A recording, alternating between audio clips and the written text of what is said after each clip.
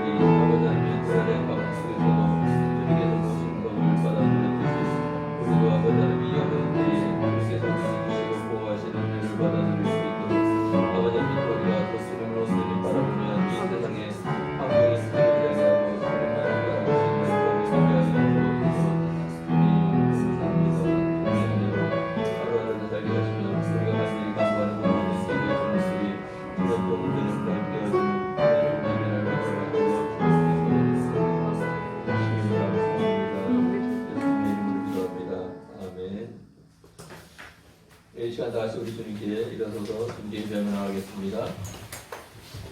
사랑의 하나님 감사합니다. 오늘 저에게 은혜를 베풀어 주시고 또 저희를 주님께 나와 예배하게 하신 하나님 감사합니다.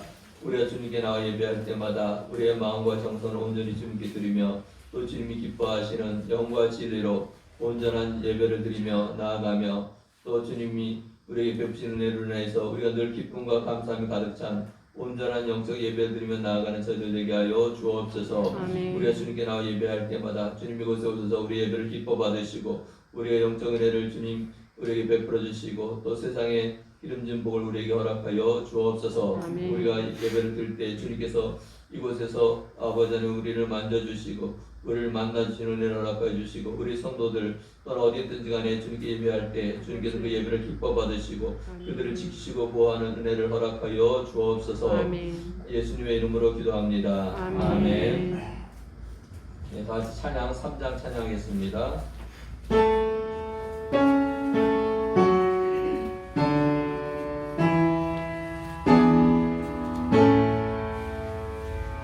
성부 성자와 성령 찬송과 영광 돌려보내세 대초로 지금까지 또 영원 무궁토록 성삼위께 영광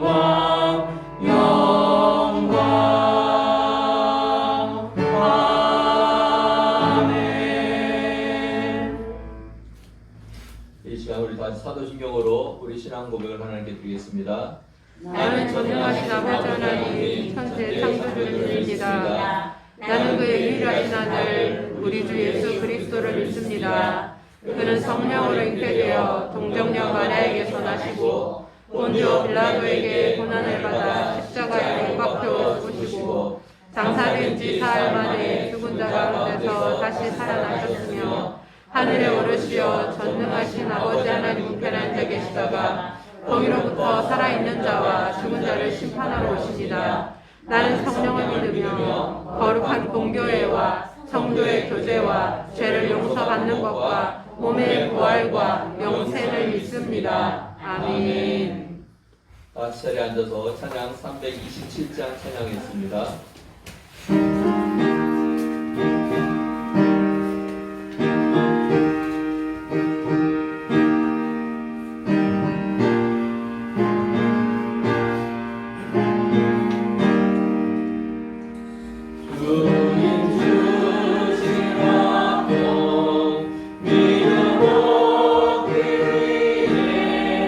너는 정성 넘기고 있나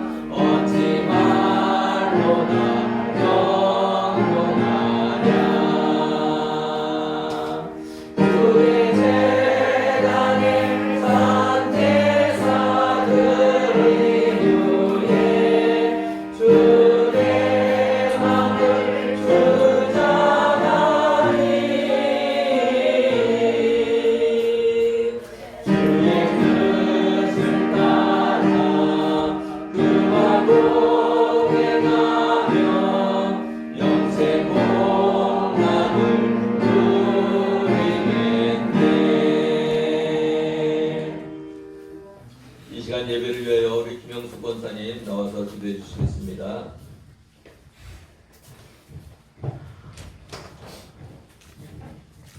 사랑과 은혜가 풍성하신 하나님, 하나님 오늘도 하나님 거룩한 날을 맞아서 하나님 아버지 주님의 전에 나와 주의 성도들이 함께 아버지 예배드릴 수 있도록 허락하여 주심을 감사합니다. 주님 아버지 지난 하나님 한 주간도 하나님께서 아버지의 모든 성도들을 잘 지켜주시고 보호하여 주셨다가 하나님 아버지 이날 하나님 아버지 이렇게 어려운 가운데서도 주님 전에 나와서 예배할 수 있도록 허락하심을 감사합니다. 주여 하나님 아버지 지난 한 주간도 하나님 아버지 우리의 모든 아버지 허물과 죄를 주님 앞에 고백하며 회개합니다. 하나님의 뜻대로 아버지 하나님 온전히 살아드리지 못하였고 하나님 아버지 하나님께 합당히 여김을 같이 받을 수 있는 일을 우리가 얼마나 행하였는지 하나님 돌아봅니다. 하나님 아버지 우리의 모든 허물과 죄악들을 하나님께서 용서하여 주시고 예수님의 보혈의 피로 정결하게 깨끗하게 씻어 주옵소서. 주여 하나님 아버지 하나님 이 나라 이 민족 하나님께서 붙들어 주시고 주님 하나님 모든 아버지 하나님이여 모든 것들이 다 어려운 가운데 있사옵나이다. 주여 하나님께서 은혜를 베풀어 주시고 주여 하나님 어서속히 하나님께서 코로나가 끝이 날 수 있도록 하나님 은혜를 베풀어 주옵소서. 주여 하나님 아버지 하나님 우리 온 나라의 하나님 교회들이 하나님 어려운 가운데 또 아버지 핍박을 받는 대상의 아버지 표적이 되고 있사옵나이다. 주님 아버지 큰 기쁨 교회도 아버지 왜 예외는 아니옵나이다. 주여 하나님 아버지 하나님께서 하나님 교회를 굳건하게 붙잡아 주시고 하나님 아버지 말씀으로 진리로 하나님 굳게 세워 주시기를 원합나이다. 하나님 모든 성도들에게 아버지 하나님 예전보다 더 하나님 믿음을 주시기를 원합나이다. 장성한 믿음에 이르도록 하나님께서 인도하여 주옵소서. 주여 믿음이 없이는 하나님을 기쁘시게 할 수 없다고 하셨사오니 하나님 아버지 각 한 사람 한 사람마다 하나님 아버지 장성한 믿음을 허락하여 주시기를 원합나이다. 주여 하나님 아버지 하나님 코로나로 인하여서 하나님 성도들이 얼굴 보기도 어렵고 주님 하나님 아버지 한참 보지 못한 하나님 얼굴들도 있사옵나이다. 하나님 어디에 있든지 주님 하나님을 잃어버리지 않게 하시고 주님을 놓지 않게 하여 주시옵소서. 주여 오직 아버지 간절히 하나님을 향하여 하나님 앞에 어디에 있든 서게 하여 주시고 하나님 믿음을 아버지 하나님이여 아버지 약하여지지 않도록 하나님께서 붙들어 주옵소서. 주여 하나님 아버지 북한 동포들을 하나님께서 붙잡아 주옵소서. 주여 하나님 뉴스에 볼 때 하나님 아버지 코로나로부터도 하나님 아버지 어려움을 겪지만 또 하나님 홍수로부터 하나님 우리나라보다 더 큰 아버지 해를 받았다고 합나이다. 주여 하나님 양식이 많이 부족하다고 합나이다. 주여 하나님 아버지께서 지도자를 세워진 하나님 김정은의 마음을 성령님께서 아버지 간섭하여 주시고 아버지 그의 마음을 하나님께서 변화시켜 주옵시사 하나님 아버지 그 백성들이 하나님 아버지 그 해를 받지 않고 하나님 억압을 아버지 받지 않고 굶주리지 않도록 하나님께서 김정은을 하나님께서 아버지 성령님께서 간섭하여 주시기를 원하옵나이다. 하나님이여 아버지의 남과 북이 하나님 복음으로 하나님 어서속히 통일이 되게 하여 주시사 하나님 아버지 그들은 우리의 민족이 없나이다. 하나님 아버지 정말 한나라로 하나님 아버지 주여 하나님 아버지 이렇게 분단된 하나님 아픔에서 아버지 벗어날 수 있도록 하나님 아버지 도와주시기를 하나님 원하옵나이다. 주여 하나님 아버지 이 땅의 교회들을 하나님께서 깨워주시고 하나님 아버지 정말 아버지 모두가 다 회개를 많이 하나님 아버지 이 어려운 아버지 하나님 이 난관을 아버지 하나님 헤쳐나갈 수가 있사옵나이다. 주여 하나님 주의 백성들이 아버지 하나님의 예전보다도 더 회개하게 하여 주시고 하나님 아버지 정말 아버지 하나님이여 더욱더 믿음을 지킬 수 있도록 하나님께서 하나님 아버지 성도들의 마음을 붙잡아 주시기를 원합나이다. 주여 하나님 아버지 오늘 아버지 아버지 하나님 비참한 하는 성도들 하나님 어디에서 있든 하나님 아버지 하나님께서 지켜주시고 그 마음을 붙들어 주시옵소서. 주여 하나님 아버지 또 이 시간 하나님 아버지 순서에 따라서 하나님 말씀을 듣는 시간이 없나이다. 주님 하나님 강모세 목사님 하나님께서 주의 권능의 손으로 붙들어 주시고 하나님의 영권과 영성을 부어 주시사 하나님 아버지 맡겨주신 교회와 성도들을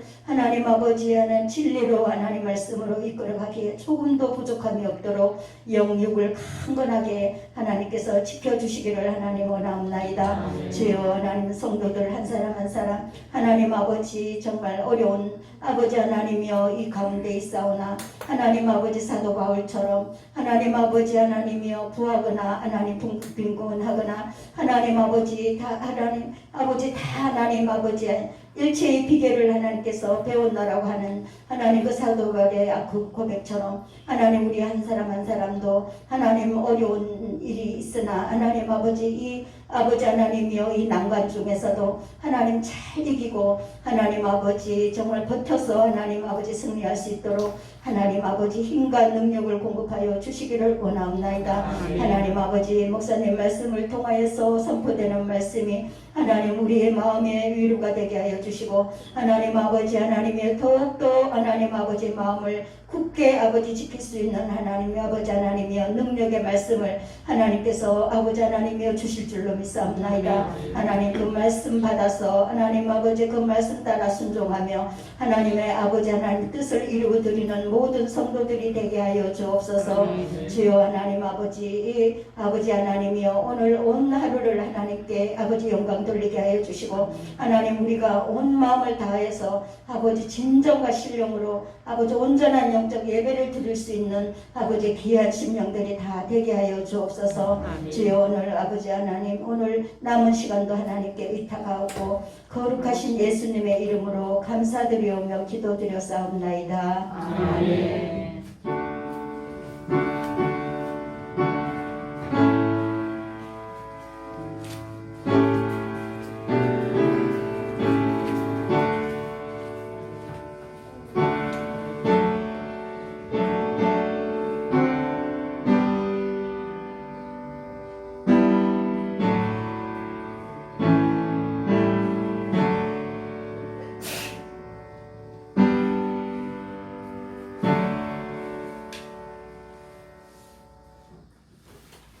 이 시간까지 나눌 하나님의 말씀은 구약성경 창세기 26장 12절에서 22절 말씀 같이 보겠습니다.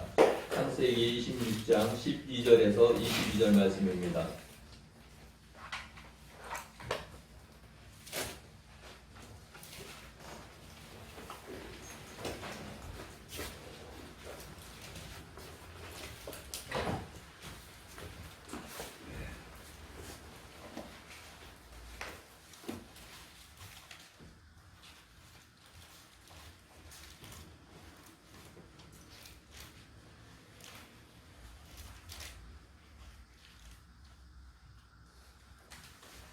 예, 다 찾으셨으면 한 절씩 읽어보겠습니다. 제가 한 절, 여러분이 한 절 읽겠습니다. 이삭이 그 땅에서 농사하여 그 해에 100배나 얻었고 여호와께서 복을 주심으로 양과 소가 떼를 이루고 종이 심이 많음으로 블레셋 사람이 그를 시기하여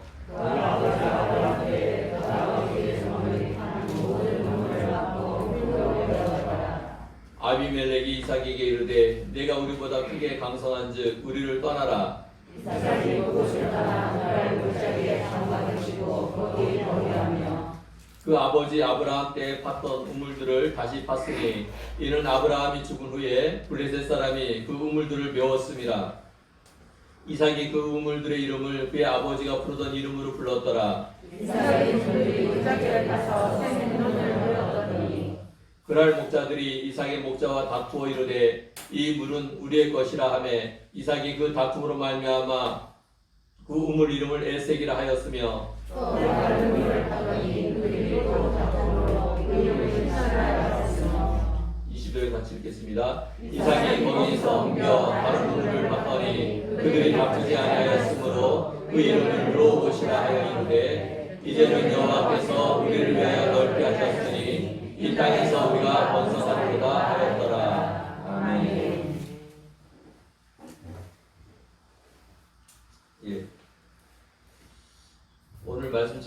뭡니까? 다투지 아니하는 다투지 아니하는 이삭. 이삭이 성경에서 보면은 좀 인간적인 흠이 별로 없는 사람이었어요.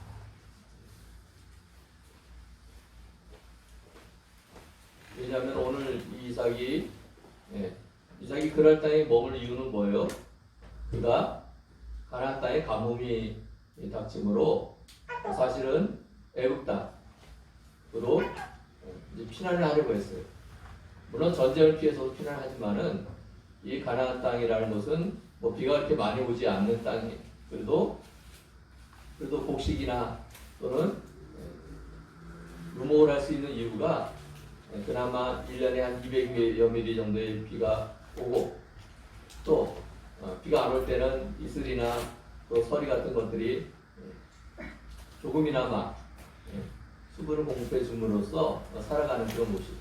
근데 한번 가뭄이 오면은 그냥 1년 가뭄에 그치는 게 아니라 이 가나안 땅은 뭐 3, 4년 이상씩 계속되는 그런 가뭄이 많은 그런 특성이 있습니다. 그러니까 한번 그런 가뭄이 오면은 이 가나안 땅에 사는 사람들은 그 옆에 지금 이집트, 애굽으로 피난을 가게 돼 있어요. 왜냐면 애굽에는 가운데 그 나일강이 흐르잖아요. 제가 옛날에 성지순례 갈 때 이집트를 갔었는데 그 다른 데는 푸른 게 없어요. 나일강 한 주변 한 500m 거기에만 나무들이 있고 풀이 자라요. 그 나머지는 그 사막도 그냥 모래 사막이 아니라 돌조각. 그러니까 돌조각들이 막 깨졌는데 바위에서 깨져 나와서 뭐 주먹만 하고 뭐 그다음에 뭐 좀 그런 사막도 그냥 모래 사막이 아니라 그런 돌로 된 사막이에요. 근데 이 나일강이 이집트의 젖줄인데 이 나일강 상류가 1년에 비가 한 2,500mm에서 2,600mm 정도 오는 열대 우림 지역이에요. 거기는 뭐 나무고 풀이고 뭐 늘 왕성하게 자라죠. 우리가 아프리카 하면 뭐 세렝게티 초원 이런 데 있잖아요. 예. 그런 데도 비가 많이 오지만은 지금 우리가 알고 이 아프리카에서 수단 나일강이 시작되는 게 그 수단 그쪽에서 시작되는데 거기는 지구상에서 가장 비가 많이 오는 지방이에요. 그리고 거기는 또 숲이 우거졌기 때문에 우리는 비가 오면 어디에 가서 물들이 비 올 때면 한꺼번에 쏙 쏟아져 내리고 비가 안 오면 또 물들이 별로 없잖아요. 근데 여기는 나무하고 숲이 너무 울창하다 보니까 비가 와도 물이 한꺼번에 이렇게 쓸려 내려가지 않고 그 나무들이 또 풀들이 물들을 머금고 있다가 사시사철 흘러보내요. 거기는 무슨 비가 많이 올 때나 비가 별로 오지 않을 때나 나일강은 늘 거의 일정하게 물이 많아요. 그리고 나일강이 또 홍수가 나면은 그 흙들을 다 하루로 내려와요. 그래서 지중해 그 인근에는 나일강 삼국지에는 그 삼각지는 옛날부터 옥토예요. 우리가 논농사를 짓는 지역은 어때요? 비가 많이 오는 지역이에요. 그죠? 논농사는 비가 오지 않는 지역에서는 짓기가 어려워요. 근데 이 동아시아보다 애국, 이집트가 논농사를 더 빨리 지었다는 그 소식이에요. 그러다 보니까 어때요, 가서? 여기는 늘 가뭄이 와도 걱정이 없는 그런 곳이에요. 그러니까 애국뿐만 아니라 그 지역에 있는 중동 지역에 있는 모든 사람들은 또 동쪽으로 가면 메소포타미아 쪽으로 가면은 거기도 유브라데스강, 티그리스강이 또 계속 물이 많기 때문에 거기도 가뭄에 걱정이 없어요. 근데 가나안 땅에서 애굽이 훨씬 가까우니까 아브라함 때도 그랬고 이삭 때도 애굽을 피하려고 출발했어요. 그러니까 이 그랄 땅이 애굽으로 가는 중간에 있는 곳이에요. 우리가 잘 알고 있는 블레셋 사람들이 살고 있는 땅이죠. 여기는 가나안 지역에 속해 있긴 하지만 그래도 가나안 내륙보다는 그나마 물이 좀 더 많고 그나마 가뭄에 조금 강한 지역이에요. 그렇지만 가나안 땅에 속해 있기 때문에 여기도 그 가뭄을 피해갈 수 없는 지역입니다. 근데 하나님께서 이삭에게 나타나서 말씀하셨어요. 너는 애굽으로 가지 말고 이곳에서 머물러라. 이삭이 가나안 떠나서 그랄에 간 이유는 애굽 땅에 가기 위해서 출발해서 잠깐 그랄 땅에 머무르는 건데 하나님께서 뭐라 그래요? 애굽 땅을 내가 싫어하니까. 왜 싫어했어요? 뭐 풍요로운 땅이나 싫어한 게 아니에요. 가서 그곳에 가면은 애굽의 뭐 신들이 엄청나요. 뭐 개구리도 신이고 우리가 애굽에서 모세가 이스라엘 백성들 이끌 때 애굽에 10가지 재앙이 내렸잖아요. 그것이 그냥 재앙 10가지를 해서 그들을 굽히게 만들었다 이런 의미가 아니라 그 재앙이 다 이집트의 애굽의 신들과 관련된 거예요. 그게 뭐냐면 하나님이 이집트가 신이라고 강한 신이라고 여기던 것들을 다 격파했다. 그런 의미예요. 그러니까 나일강이 피로 물들었다. 원래 나일강이 이집트의 젖줄이라고 그랬잖아요. 거기에서 먹는 물, 그 다음에 농사짓는 물 이런 것들을 다 공급받는데 그 나일강에 신이 있어요. 그러니까 나일강이 피로 물들었다는 거는 하나님께서 나일강의 신을 제압했다는 거예요.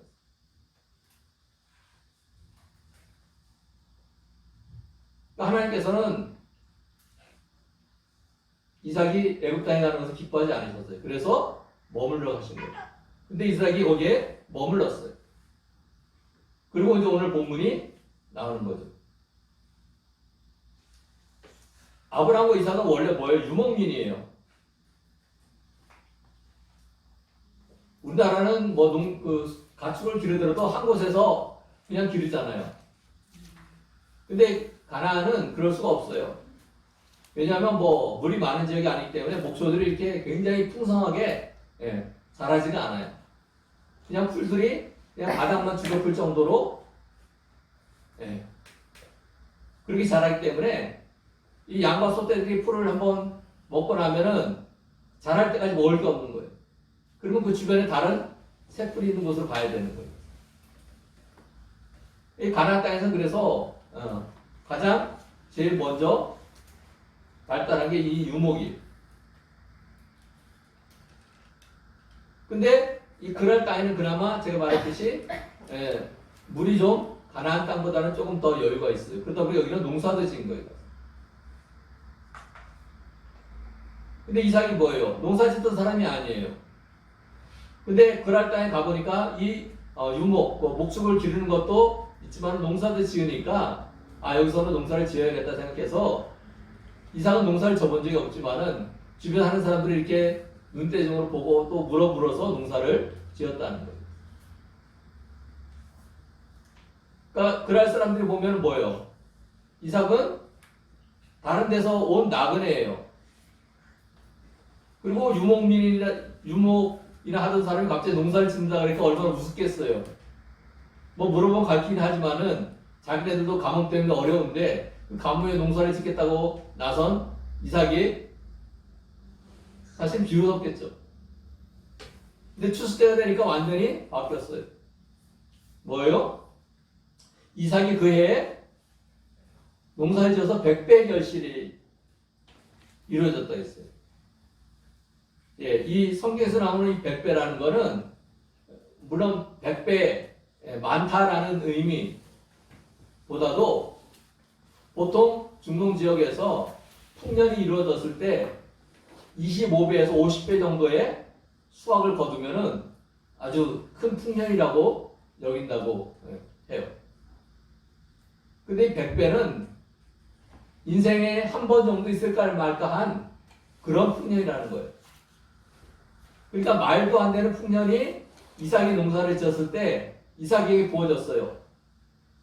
근데 그것이 다른 그랄 사람들에게는 그런 풍년이 없었어요. 왜냐면 가뭄이 드니까 농작물들이 제대로 자랄 수도 없죠. 말라 비틀어지거나 또는 설사 결실이 있다 그래도 뭐 다른 때에 뭐 5분의 1, 4분의 1 뭐 이런 정도로 비참한 추수 처리되었는데 이삭은 농사도 처음 짓고 잘 몰라갖고서 주변 사람들에게 물어 가서 졌는데 이삭은 어마어마한 풍작을 이뤘다는 거예요.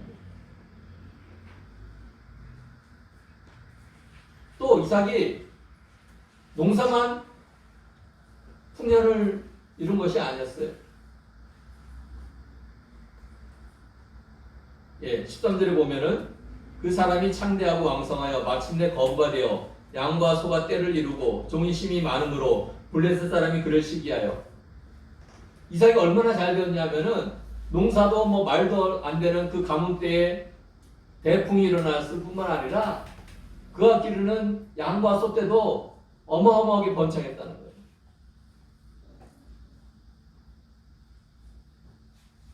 지금이야 가서 목축을 하면은 마른 풀도 모아서 놨다가 풀들이 없을 때는 마른 풀 주고 그러겠지만은 그 옛날에 그런 게 어디 있어요 가서 그냥 풀이 있으면은 먹고 없으면 굶는 거죠.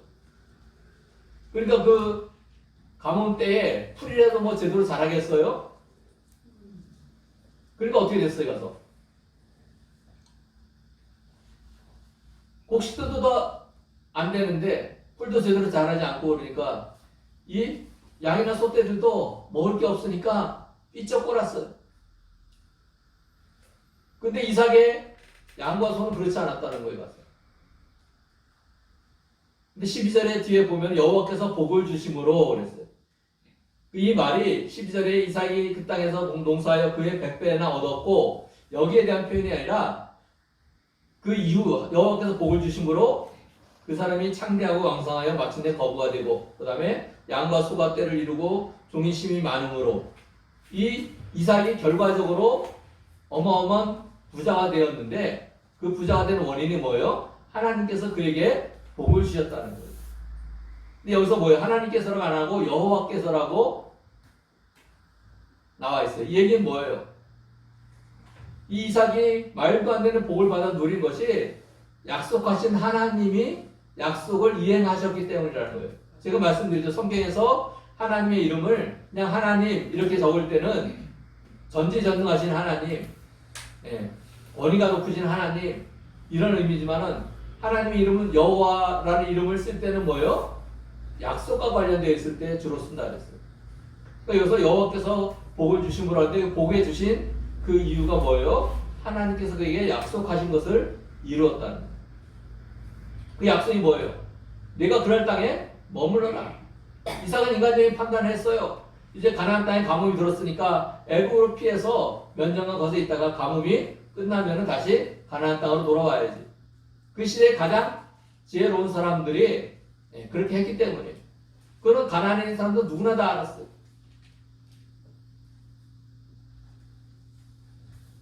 그런데도 이삭은 하나님께서 그랄 땅에 머무르니까 자기 계획, 자기 생각, 자기 지식 이런 것들 다 내려놓고 하나님 말씀에 순종했어요. 그랬더니 하나님께서 말도 안 되게 우리가 요새 같은 어려운 코로나 시대에 지금도 잘 되는 사람들이 있어요. 다 망한다고 죽는다고 하지만 한동안은 마스크 업자들이 진짜 논하는 그런 공장이었죠. 근데 지금은 마스크 너나 없이 마스크를 만들라고 지금 공장마다 마스크가 뭐 수천만 장씩 쌓여있대. 근데 평상시에 남들이 다 잘 될 때 잘 되면은 별로 티가 안 나요. 근데 남들은 다 어렵고 힘든데 어떤 사람은 그 가운데서 아무런 타격을 입지 않아요. 세계에서 지금 우리나라를 되게 부러워해요. 왜요? 우리나라 경제가 플러스가 아니에요. 우리나라도 마이너스예요. 근데 우리나라 마이너스가 다른 나라에 비해서 훨씬 적어요. 보통 다른 선진국들은 경제가 지금 30%씩 마이너스 나고 있어요. 근데 우리나라는 마이너스 났다는데 뭐 2% 3% 마이너스 나는데요. 그러니까 우리나라도 힘들고 어렵다고 하는데 다른 나라에 보면은 우리나라는 엄살쟁이처럼 보이는 거예요.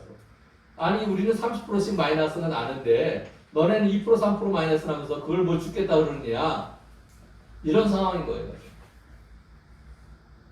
그러니까 도대체 대한민국 나라는 뭐가 어떻게 돼서 우리는 다 이렇게 죽겠다고 그러는데 저기는 그래도 저렇게 잘 버티느냐 막 그래서 연구 대상이 된다는 거예요. 가서 그래 봤더니 IT나 무슨 최신 기술 이 대한민국이 작은 나라지만은 그런 거를 잘 해놓고 이 어려운데도 버티고 있다.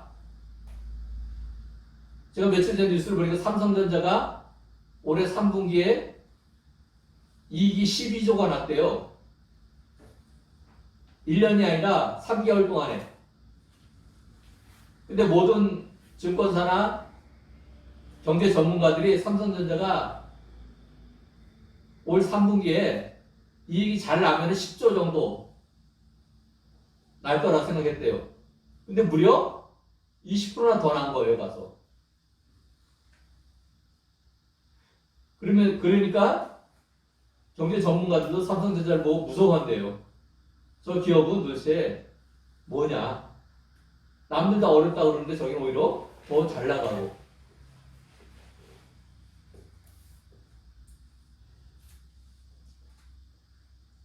예. 그러니까 이삭이 남들 다 망하고 남들 다 굶어 죽어간다고 아우성치는 그때에 이삭은 주변에서 볼 수 없는 어마어마한 복을 받아 누린 거예요. 그러니까 14절에 뭐예요? 블레셋 사람이 그를 시기하여. 예, 이삭이 부자가 되었는데 옛날에 이삭 시대에 부자는 뭐 농사가 잘 돼서 부자가 되는 게 아니에요. 그래서 그렇게 부자를 인정 안 했어요. 뭘 부자를 인정했어요? 양과 소가 몇 마리냐? 우리 욥기서에도 보면은 욥이 뭐예요? 양과 소 뭐 이런 것들이 몇천 마리 몇만 마리 이렇게 나오죠. 그러니까 옛날에 부자는 이 가축 수가 근거가 되는 거예요. 그래서.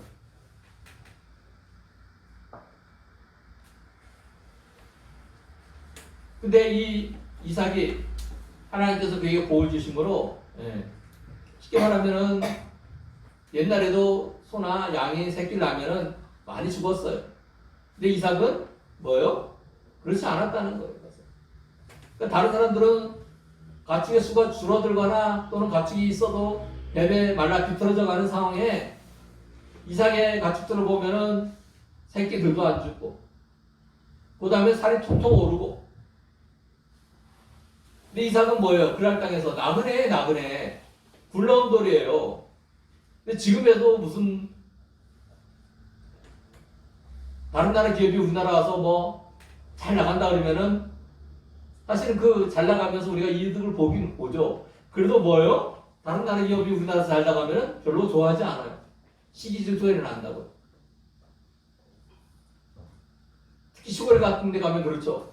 외지에서 온 사람이 뭐 잘하게 되면은 막 시기 질투하고 못되게 굴고 그런다고. 옛날에 더할 나위가 없었어요. 근데 자기네들도 잘 되는데 이삭이 더 잘 되면은 뭐 시기를 좀 나더라도 그래도 좀 자기네들도 그냥 먹고 살만하니까 괜찮은데 지금 뭐 자기네들은 죽게 생겼는데 이삭이 잘 되니까 어떻게 해요? 막 분노가 치미는 거예요. 분노가. 그래서 시기 질투가 그냥 일반적인 시기가 아니에요. 막 분노에 이를 정도로.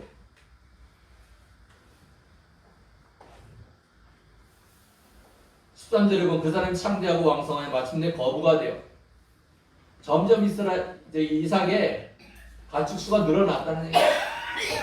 그래서 최종적인 표현이 뭐예요? 마침내 거부가 되었다는 거예요.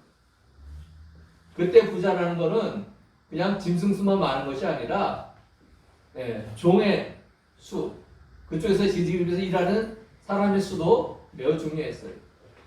왜냐면 그때 당시는 평상시에 그 사람들이 가축을 돌보고 농사를 짓지만은 위험한 때에는 그 사람들이 군사가 되는 거예요.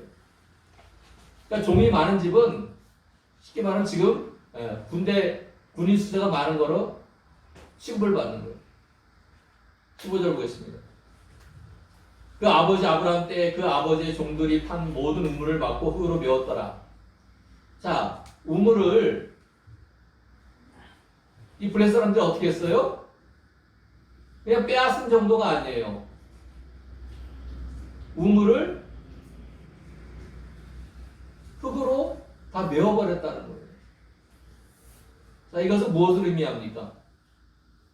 떠나라 이거예요.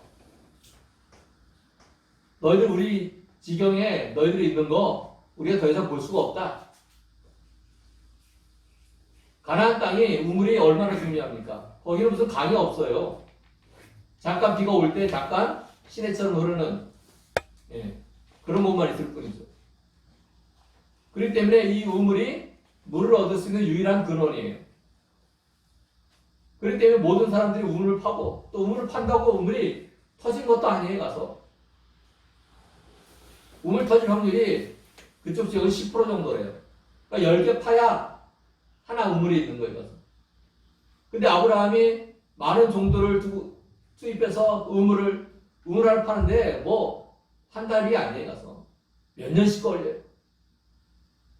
왜냐하면 물을 얻기 위해서 더 깊이 파야 되니까. 근데 그렇게 해서 우물을 얻었는데 지금 이삭을 내쫓기 위해서 블레셋 사람들이 어떻게 해요?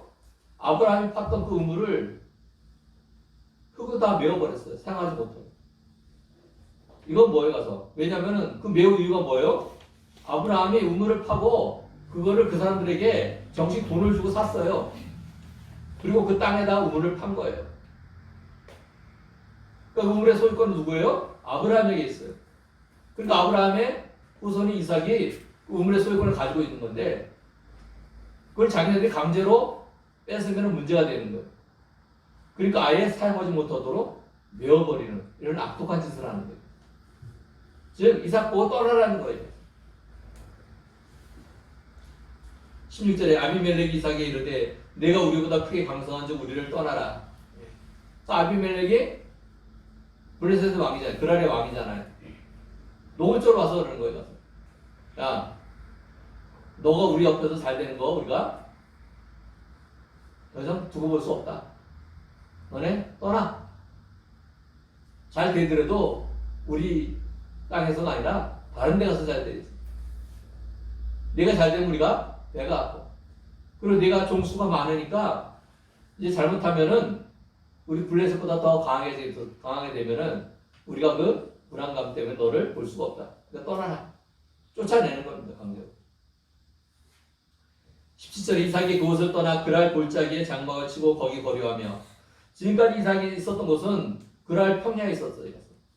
넓은 풀밭이 있고 목축을 하기에 아주 편한 지역에 있었던 거예요. 근데 이제 그 사람들이 쫓아내니까 어떻게 해요? 골짜기로 들어간 거예요.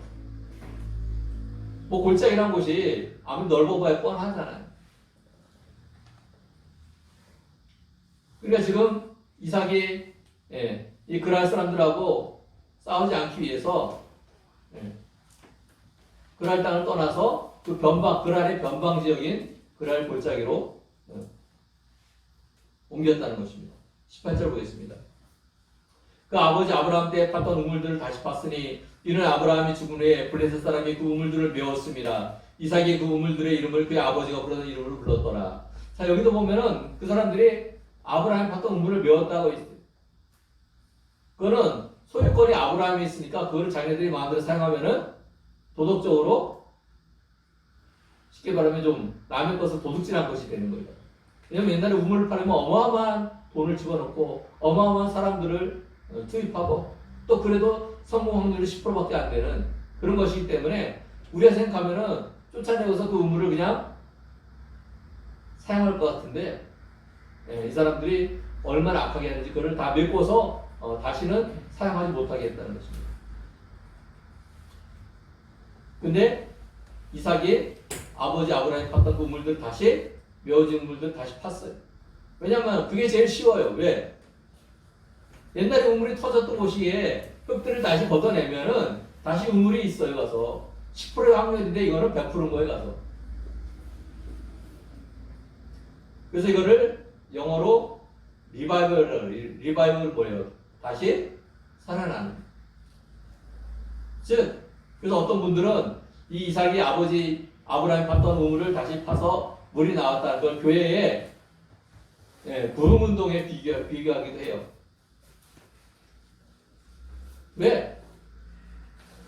옛날에 물이 터졌던 곳이기 때문에 파면 반드시 물이 또 터진다는 거예요. 한국교회가 지금 많은 비난을 받고 어려움을 겪고 있어요. 또 핍박을 받고 있어요. 한국교회가 이 어려운 가운데서 퍼져서 다시 부흥할 수 있는 방법은 뭐예요?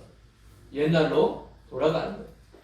물론 새 것을 찾고 새 것을 쫓아나가는 것도 좋지만은 오늘 이삭처럼 아버지가 팠던 그 우물자리에서 물을 파면은 우물은 반드시 터지게 돼 있어요. 그 물이 어디로 도망가는 건 아니잖아요. 이 한국교회도 마찬가지예요. 한국교회가 부흥했던 그때로 다시 돌아가야 돼요. 그것이 우리가 다시 사는 길입니다. 우리 교회나 또 많은 교회들이 초대교회로 돌아가자 그런 운동을 많이 합니다. 그 이유가 뭐예요? 그때 기독교가 왕성하게 부흥했잖아요.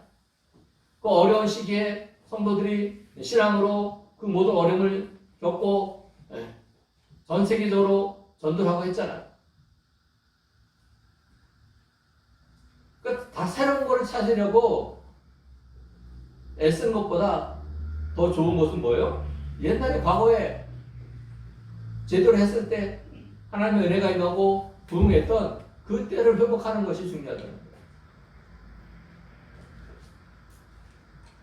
무슨 요새 지금은 언택트 시대라고서 교회가 변해야 된다. 물론 교회가 시대에 어떤 흐름을 잘 쫓아가는 것도 중요합니다. 근데 그것보다 중요한 건 뭐예요? 근본으로 돌아가는 거예요. 원래 교회의 모습으로 돌아가는 거예요. 그것이 제일 중요해요. 우리는 그것을 돌아가기보다 뭔가 세상의 흐름을 쫓아가서 거기에서 뭔가를 발견을 해야 됐어요. 근데 그렇게 하는 거는 우물 팔 때 아무데나 파서 10%의 확률을 기대하는 것과 비슷해요. 그래서 가장 확실한 건 뭐예요? 과거에 하나님께서 우리에게 은혜를 베푸셨던 그때를 우리가 회복하면은 교회가 다시 살아날 수 있는 거죠. 그리고 뭐야? 그 우물들의 이름을 아버지가 불렀던 그 이름으로 불렀다는 거예요. 그 얘기 뭐예요? 그랄 사람들에게 이거 우리 아버지 우물이야. 너희들 거 아냐? 이 얘기입니다. 그 다음에 19절에 이삭의 종들이 골짜기를 파서 샘 근원을 얻었더니 자, 이삭이 아버지 아브라함이 팠던 우물을 회복했을 뿐만 아니라 이제 새로운 우물을 파기 시작했어요. 그 이유는 뭐예요? 이삭이 아버지 아브라함 때보다 훨씬 거부가 되었다는 거예요. 하나님께서 그에게 복을 주셔서 아브라함이 뭐 엄청난 거부였잖아요. 아브라함이 전쟁에 나갈 때 318명의 종들을 데리고 나갔어요. 근데 이삭은 적어도 그 아브라함의 몇 배의 부자가 되어 있는 거예요. 그러니까 우물이 모자라는 거예요. 그러니까 또 새로운 우물을 팠어요. 20절 보겠습니다. 그날 목자들이 이삭의 목자와 다투어 이르되 이 우물은 우리의 것이라 하며 이삭이 그 다툼으로 말미암아 그 우물 이름을 에세기라 하였으며 자, 이삭이 우물을 팠는데 블레셋 목자들이 와갖고서 시비를 거는 거예요. 이 물은 우리 것이다. 왜? 우리 땅이니까. 그들이 쫓아내서 지금 변경지방까지 몰려 나와서 우물을 파서 우물을 얻었는데 거기까지 와서 시비를 거는 거예요. 여기서 다투다라고 표현되더니 원어를 보면은 그냥 말로 하는 게 아니에요. 가서 실질적인 무력 행사를 통해 가서 종들끼리 목자들끼리 서로 싸우는 거예요. 가서 거의 전투를 벌이는 수준이에요. 가서 이삭의 입장에서는 얼마나 억울해요. 원래 그런 땅에서 쫓겨난 것도 억울할 텐데 그것도 아무 군소리 없이 불평하지 않고 그냥 왔는데 또 옮겨온 곳에서 우물을 파고 거기서 잘 지내는데 거기까지 쫓아서 행패를 부리니 야, 내가 한 번은 참지만 이거는 못 참겠다. 그게 당연한 거 아니에요? 그런데 이삭은 어떻게 했어요? 그 우물의 이름을 에색이라. 다투다라는 뜻입니다. 21절에 또 다른 우물을 봤더니 그들이 또 다툼으로 그 이름을 신나라고 하였으며. 자, 사람 성격도 좋아요. 기껏 그렇게 애써서 판 우물, 그 우물 판다고 다 물이 터진 것도 아닌데 그 성공한 우물을 그냥 또 넘겨주고 다른 곳에 가서 또 우물을 팠어요. 그들이 거기서 또 그러는 거예요, 가서. 그러니까 또 양보하는 거예요. 이삭이 성격이 뭐 좋다. 인간적으로 인간성이 원래가 보통 마음이 넓은 사람이 아니다. 뭐 이렇게 볼 수도 있지만은 저는 이삭을 그렇게 그냥 인간적인 모습으로 보지는 않아요. 이삭이 왜 그렇게 양보할 수 있었을까? 왜 그랬을까요? 환경을 바라보면 이삭도 저항해야 돼요. 한두 분도 아니고 가는 데마다 그렇게 하니까. 근데 이삭에게 뭐가 있었어요? 하나님이 자기를 보호하시고 자기의 복 주신다는 믿음이 있었어요. 그러니까 그 사람들 우물을 파면은 10%의 확률로 물이 터진다고 하면은 이삭은 하나님께서 자기와 함께 하심으로 우물 파는 곳마다 하나님께서 우물을 주신다는 믿음이 있었던 거예요. 가서. 그 사람들과 싸워서 그걸 지키는 것보다 그냥 다툼의 자리를 피해서 다른 곳에 가서 우물을 파면은 또 파면 하나님께서 물을 터뜨려 주니까. 즉 이삭은 그냥 인간적으로 사람이 착해서 바보처럼 도망가고 이런 것이 아니라 하나님께서 자기를 어떻게 보호하시는지 또 하나님께서 자기와 어떻게 함께 하신지를 철저히 믿었기 때문에 쉽게 말하면 이런 말도 안 되는 양보를 할 수 있었던 것입니다. 우리가 이걸 인간적으로 이삭이 참 착했다 이렇게 보면 안 돼요. 이삭이 그렇게 남에게 배려를 베풀 수 있는 이유는 뭐예요? 하나님께서 자기 함께 하시기 때문에 저 사람들이 저렇게 하는 거. 내가 싸워서 그걸 지키지 않아도 나는 어디 가든지 우물을 파든 뭘 하든 하나님께서 나와 함께 하셔서 나는 저들이 뺏은 우물보다 더 좋은 우물을 늘 얻을 수 있다. 이 믿음이 있었다는 거예요. 가서. 근데 이삭이 마음이 착해서 한없이 양보한 게 아니에요. 가서. 그렇게 양보할 수 있는 그 근원에는 뭐예요? 하나님께서 자기와 함께 하시고 자기에게 복을 주시고 자기 하는 일에 하나님께서 은혜를 베푸신다는 철저한 믿음이 있었기 때문에 양보할 수 있었던 거예요. 가서. 이거 뺏기면 다시 우물 10개 파서 하나 나올까 말까 하는데 그걸 뺏기려 그러겠어요. 가서. 생각해봐요. 가서. 억울하죠. 엄청난 돈을 쏟아붓고 엄청난 시간을 쏟아붓고 엄청난 사람들을 동원해야 되는데 그 우물 뺏기면 당장 가축들은 뭘 먹어요. 우리 크리스찬들이 이 이삭을 뭐 배워야 됩니다. 우리가 왜 강팍해지느냐? 우리가 왜 이 세상의 이익에 민감해지느냐? 내 거 왜 자꾸 움켜쥐느냐? 하나님을 믿지 못하기 때문이에요. 이스라엘 백성들이 광야 생활할 때 처음에 만나 내렸을 때 어떤 일이 일어났어요? 안식일 전날에는 이틀치가 내렸어요. 그죠? 예. 모세가 얘기했어요. 안식일 전에는 이틀치를 낸다. 왜? 그 다음날은 안식일이니까 너희가 만나를 거두러 갈 필요가 없으니까. 그리고 날마다 만나를 아침마다 줄 거다. 근데 사람들이 그걸 믿었어요? 안 믿었어요? 안 믿었어요. 그래서 처음에 어떻게 했어요? 만나를 가서 자기네 가족들 먹을 몇 배의 양을 갖다가 모아 넣었어요. 근데 다음날 되니까 어떻게 했어요?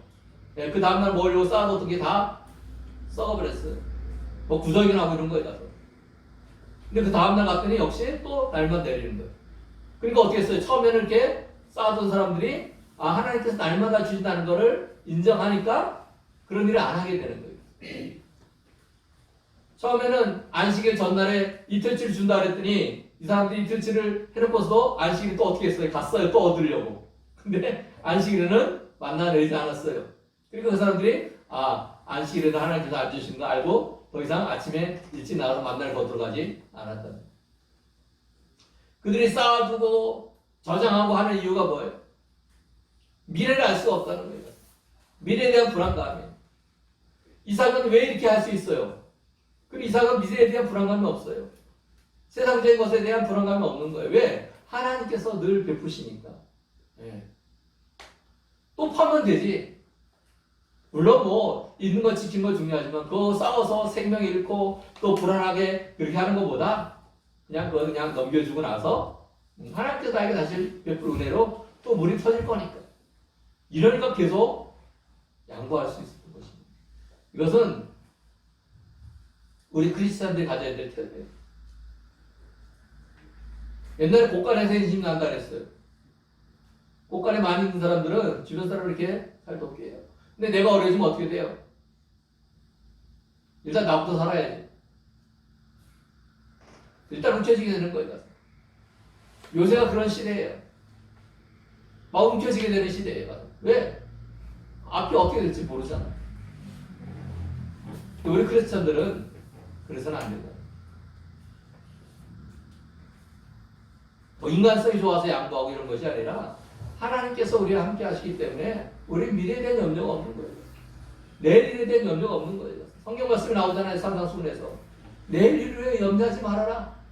하늘 아버지께서 들풀도 아끼시고 참새 두 마리도 한 아싸론에 팔리는 거 아니냐. 그 참새도 하나님께서 지키는데 파물며 너희일 거냐 말씀하셨잖아요. 하나님 믿고 나아가야 된다. 어려운 때에 그 가뭄의 때에 우물을 뺏기는 거는 목숨을 빼앗긴 것과 마찬가지였어요. 이삭은 하나님을 신뢰했기 때문에 하나님을 첫째 믿었기 때문에 양보할 수 있었던 것입니다. 우리가 이 어려울 때 나만 움켜쥐고 있어 하는 건 크리스찬의 모습이 아니에요. 하나님을 믿지 못하는 모습이에요. 제가 오늘 예배 전에 어떤 뉴스를 봤는데 홍대 앞에 가면은 무슨 청년들 교회가 있대요.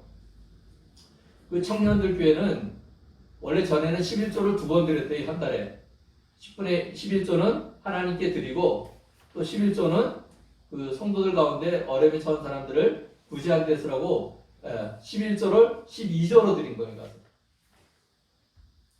거기에 이제 홍대 쪽에 있으니까 청년들이 주로 이제 다니는 교회인데, 근데 그 목사님한테 청년들이 와서 얘기하는 거예요. 목사님, 우리가 11조 안에 10의 2조를 드리는데 우리 기쁨이 너무너무나 큽니다.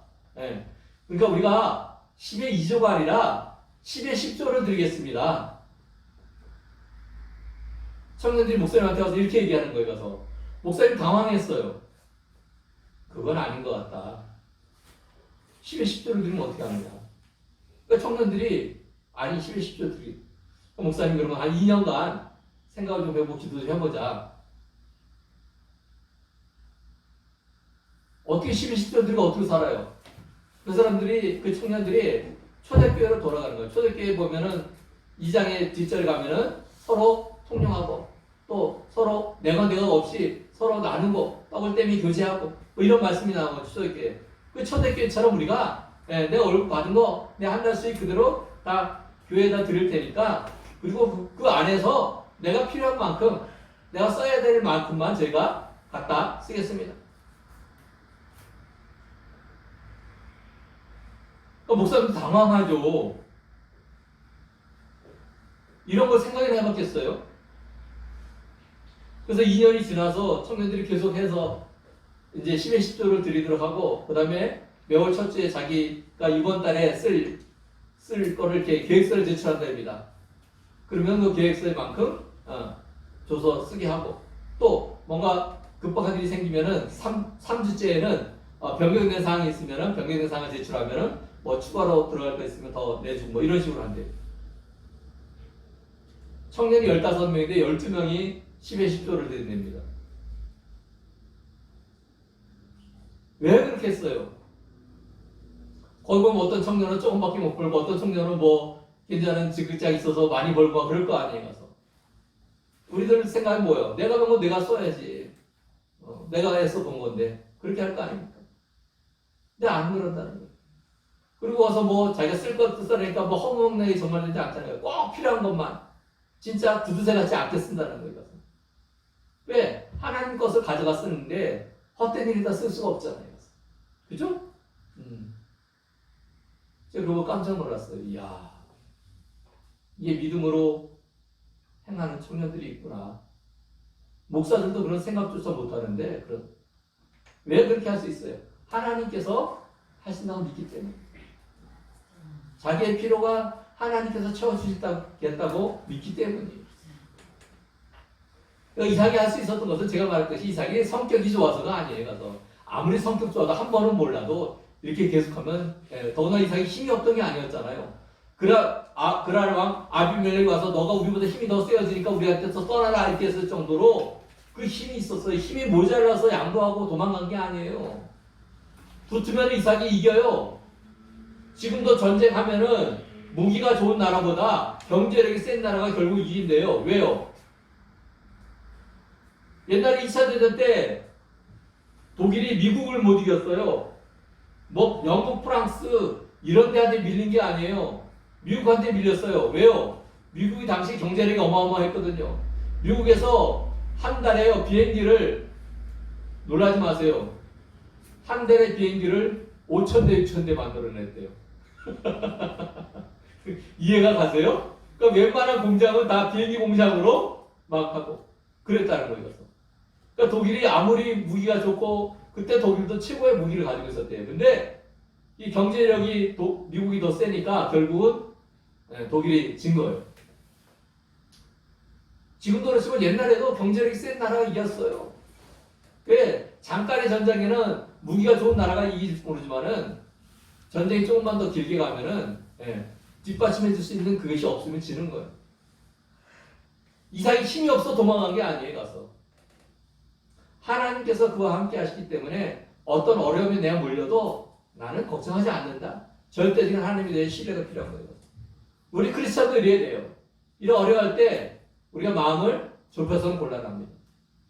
마음이 좁혀지면 우리가 더 어려워져요. 더 힘들어져요. 이삭처럼 마음을 넓혀야 돼요. 우리 하나님을 바라봐야 돼요. 땅 바라보면 망해요. 땅 바라보면 힘들어요.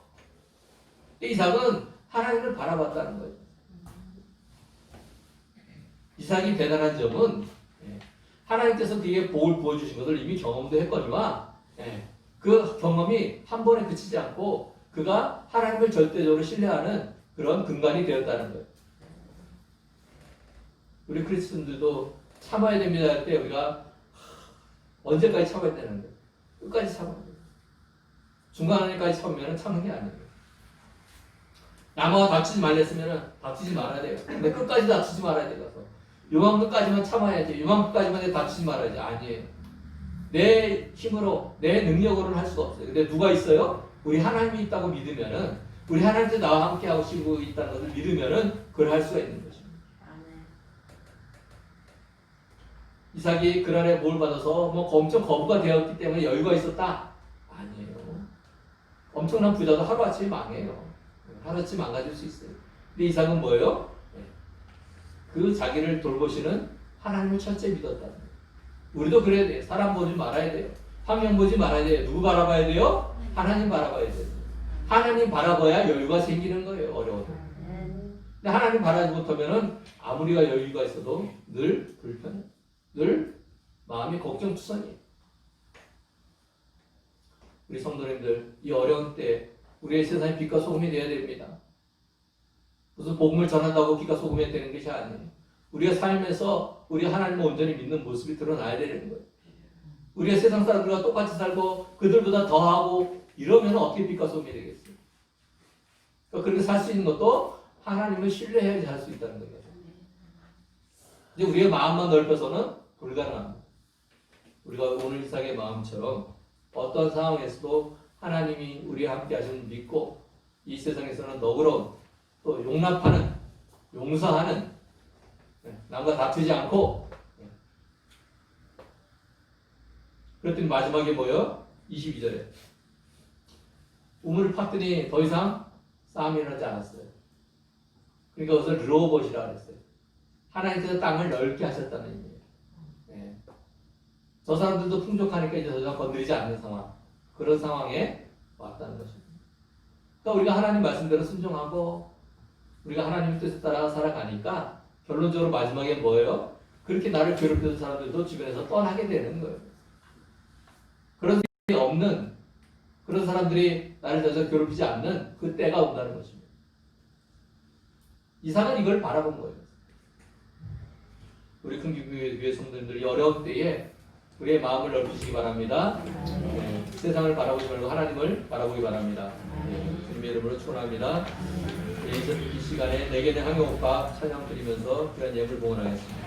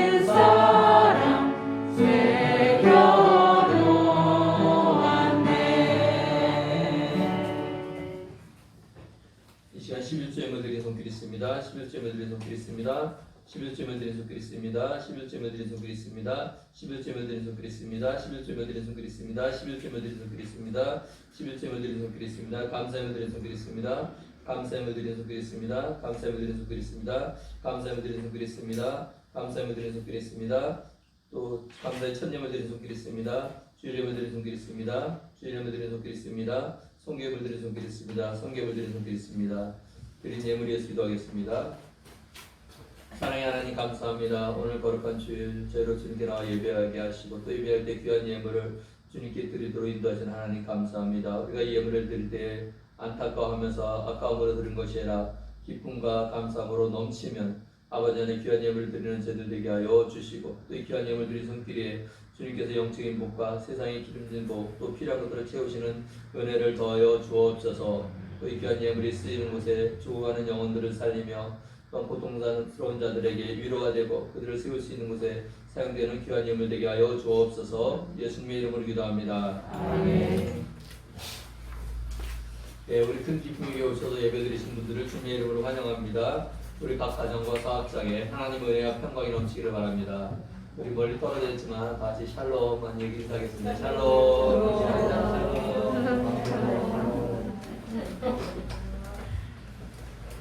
예, 우리 코로나 바이러스로 나라가 어려움을 겪고 있습니다. 또 새벽 기도와 금요 철야, 오후 예배는 코로나 방역 단계 하락시까지 중단됩니다. 위하여 기도하시기 바라고 속히 일이 이것이 방역 단계가 낮아져서 우리가 마음껏 이렇게 예배하고 기도할 수 있도록 위해서 기도해 주시기 바랍니다. 정민환 목사님이 교회 개척을 준비 중입니다. 저희 교회에서 이번 달 마지막 주까지만 사역합니다. 위하여 기도해 주시고 또 대화하시고 또 필요한 것이 뭔지 한번 여쭤봐 주시기 바랍니다. 우리 교회가 매월 선교비로 후원한 선교사님들입니다. 위하여 기도해 주시기 바랍니다. 다시 자리에 일어나서 찬양 342장 찬양하겠습니다.